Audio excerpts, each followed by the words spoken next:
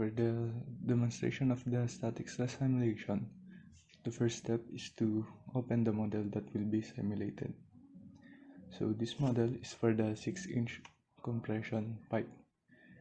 To simulate, we need to change the workspace into simulation. Here, we will change the workspace into simulation workspace. When you open the simulation, it will first show you these options. So these options will let you change what type of simulation you will need to use. So for this model, the static stress is selected. The next step is to add the constraints.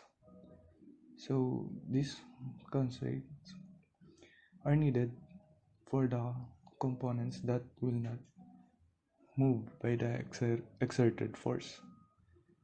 So after adding the constraints, we need to add the structural loads here. So structural loads are the force that will be exerted. So since the spring will exert the force here in the base of the upper leg, we need to add the exerted load for all of the surface of the upper leg. So after adding the structural load, the next step is to pre-check the simulation if there are problems. So if there is no problem, you will need to proceed to solve.